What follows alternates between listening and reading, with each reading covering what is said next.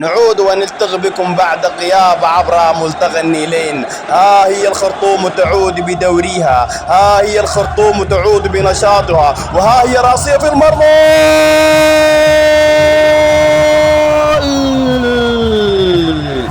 إبراهيم كمارا يضرب بالهدف الأول للأهلي مدني هنا في دوري النخبة السوداني في الدقيقة 20. أعلن إبراهيم كمارا، أعلن الغيني أول أهداف سيد الأتيام. يا سلام يا معلم،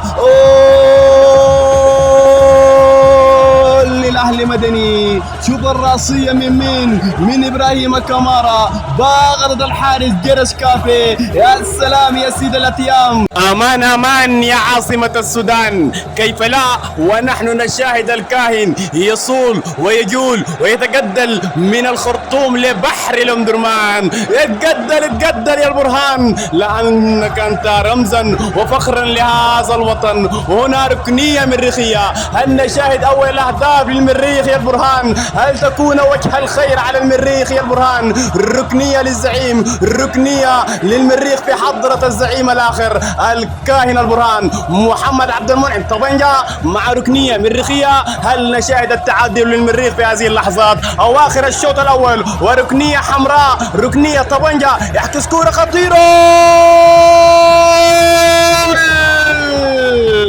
مصعب مكين يتمكن ويتعادل للمريخ في الدقائق الأخيرة من عمر الشوط الأول. هكذا عاد الزعيم، هكذا عاد المريخ. يا سلام الزعيم بعد غياب من الخرطوم، يسجل المريخ بالخرطوم وجول. بنجا مع ركنية مريخية عالية أمامية طبعا الراسية، عادت من دفاعات الأهلي. راسية مريخية مرة أخرى خطيرة. سكوبا والهدف الثاني مريخي. يا سلام يا زعيم، يا سلام يا مريخ. يضرب بالهدف الثاني عن طريق سكوبا، والمريخ يقترب بأول 3 نقاط هنا في الدوري النخبة.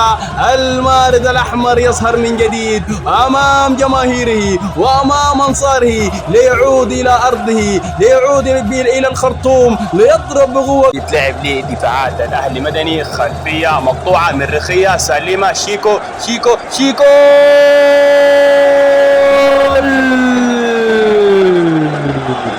شيكو سليمة يضرب بالهدف الثالث للمريخ. هو الزعيم عاد لكم، هو الأحمر عاد لكم.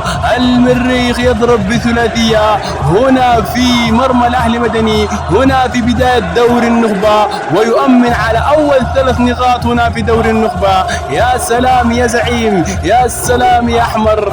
الأحمر يسهر هنا بكوبر. يا سلام يا شيكو يا سليمة. مرور وروع ولميز وكملها إلى ثلاثية حارقة حمراء داخل شباك سيد الأتيام.